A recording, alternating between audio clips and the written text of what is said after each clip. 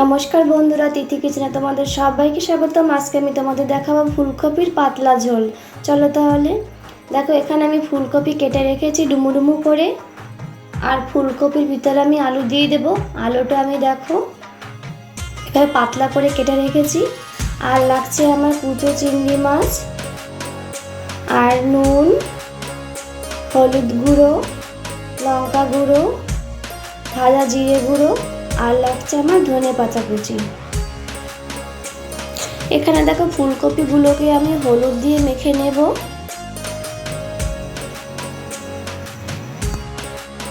আর এইদিকে দেখো গ্যাসে আমি কড়াইটা বসিয়ে দিয়েছি, তাতে সাদা তেল দিয়ে দেব। তেলটা আমার গরম হয়ে গেছে।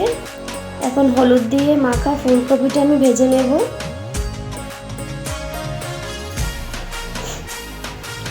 দেখো ফুলকপিটা আমার ভাজা হয়ে গেছে।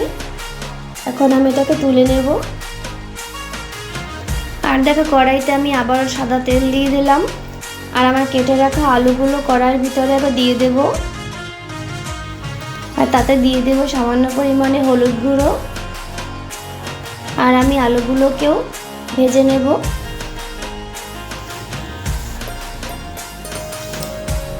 দেখো আলুগুলো ভাজা আমার হয়ে গেছে। তো দিয়ে দেব 1 বাটি জল। জলটা তোমরা ফুলকপি আর আলুটা সিদ্ধ হতে যতটা জল দরকার ততটা জল দিবে। জলের পরিমাণটা একটু বেশিই লাগবে। আর এখন দিয়ে দেব শুকনো লঙ্কা গুঁড়ো, আর দিয়ে দেব পরিমাণ মতো নুন, আর এর উপর দিয়ে দেব সাদা তেল। জলটা ফুটে ওঠা পর্যন্ত আমরা অপেক্ষা করব। দেখো আলুটা ফুটে উঠেছে, আর অর্ধেকটা সিদ্ধ হয়েও গেছে। এখন আমি ভেজে রাখা ফুলকপিগুলো দিয়ে দেব।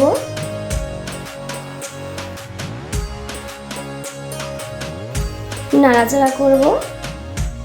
আর আমি ফুলকপিটাকে কিছু সময়ের জন্য এখন ঢেকে রাখবো।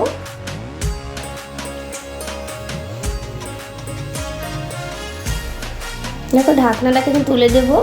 আর আমার ফুলকপি আলুটা এখন সিদ্ধ হয়ে গেছে।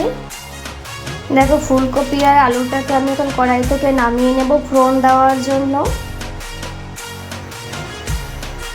আর দেখো গ্যাসে আমি কড়াইটা আবারও বসিয়ে দিয়েছি। আর তাতে সাদা তেল দিয়ে দেব। আর তেলের ভিতরে আমি গোটা জিরে দিয়ে দেব। দেখো জিরেটা ভাজা হয়ে গেছে। এখন আমি এর ভিতর দিয়ে দেব কুচো চিংড়ি মাছগুলো।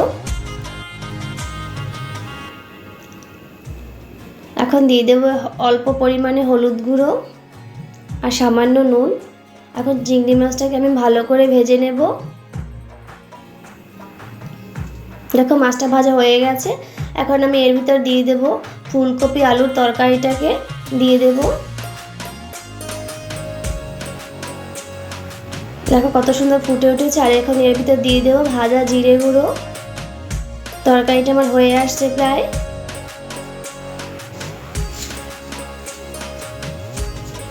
আর এখন এর উপর দিয়ে দেব ধনে পাতা কুচি। এটা শীতকালে গরম ভাতের সাথে খেতে খুব ভালো লাগে। দেখো তরকারিটা আমার হয়ে গেছে। এখন আমি এটাকে নামিয়ে নেব। দেখো বন্ধুরা, হয়ে গেল আমার ফুলকপির পাতলা ঝোল। এটি খেতে খুবই মজাদার হয়। আর আমার এই রেসিপিটা কেমন হলো অবশ্যই তোমরা কমেন্ট করে জানাবে।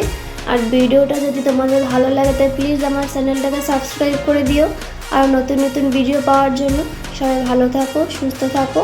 ওকে, টাটা।